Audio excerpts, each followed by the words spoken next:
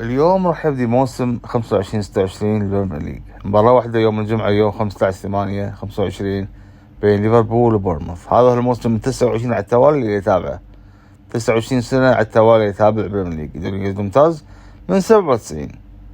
ما لي نادي محدد فيه. طبعا كان أحب بورنموث هو لما كان موجود فيه. الحين حاليا يلعب بالتشامبيونشيب محايد، لكن أتمنى ليفربول ياخذ الدوري. أتمنى اللقب 21 عشان تنحسم زعامة انجلترا. ليفربول ما يكون بالتساوي تعادل 2020، لا 21 يكون في أفضلية ادفانتج، يعني ليفربول دوري أكثر عشان ينتهي جدول وينحسم خلاص. بس أقولها بكل فخر، شخصيا عبد الرحمن العلي أنا بورسموثي أكثر مشجع عربي كرس وقته وعمره وحياته وماله للكرة الإنجليزية.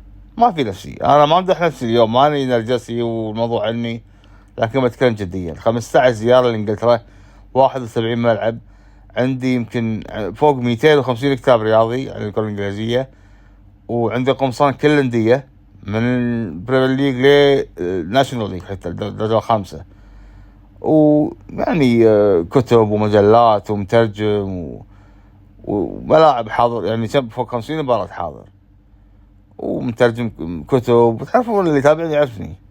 فما أتوقع في شخص عربي أو مشجع عربي كرس وقته وعمره وماله وتاريخه يعني وحياته للكرة الإنجليزية مثلي. ما في اللي مثلي يقول لي يوريني، أنا ما أعرف أحد نفسي كذي.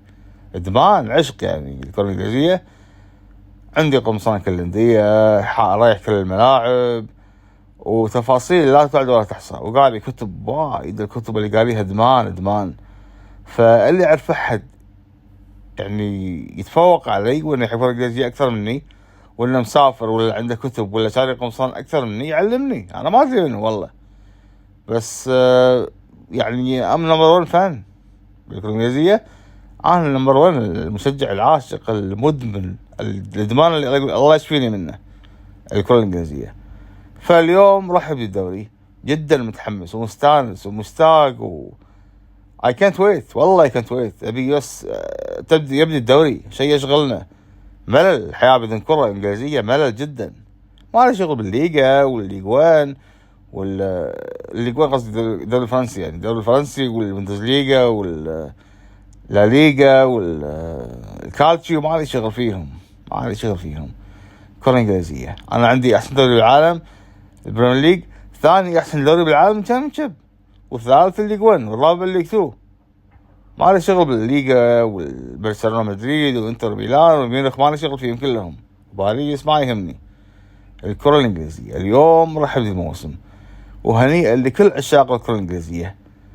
اليوم يبدي الحب، يبدي المتابعة، تبدي الشغف، الويكين ويك اوت راح يبدي اليوم.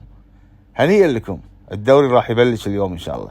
أتوقع الموسم هذا مبدئيا، يعني إنشلي أتكلم مبدئيا، أتوقع ليفربول راح يكون البطل وينافسه أرسنال والسيتي. هذه مبدئيا. عاد الثاني أرسنال أو السيتي، هذه يعني بينهم، بس الأول ليفربول أرسنال أو السيتي، ثالث تشيلسي توتنهام. ما أتوقع اليونايتد راح يكون له حظوظ، ونيوكاسل ما لهم حظوظ الموسم. أتوقع اللي راح يهبطون مبدئيا، أتكلم بيرلي، ساندرلاند، مع وولفرهامبتون إذا ما اشترى مهاجم أو باك يسار قوي، يعني طلع يكون يطلعوا، فماكو مجال إنه يكونون يعني أقوياء أو إنه ما عوضوا يعني.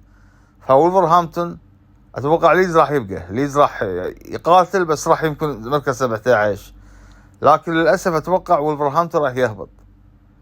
يعني ما سوى ثورة بالفريق بعد ما طلعوا إتنوري مع كونيا، ماكو لاعبين شفناهم معوضين لحد الآن. نقول لحد الآن السوق ما سكر، ما أدري. لكن أنا كبطل أتمنى ليفربول صراحة، أقولها من الحين. تتهموني إن ليفربول وبورسموثي كيفكم، لكن أتكلم بشكل عام. ليفربول إن شاء الله يكون البطل، إن شاء الله يكون اللقب 21. بعدها كيف بعد الموسم القادم يفوز أرسنال، يفوز سيتي، تشيلسي، توتنهام، كيفكم، أنا ما لي شغل. بس حاليا أتمنى ليفربول يفوز بالدوري، يستاهلون والفال هم بالفوز إن شاء الله.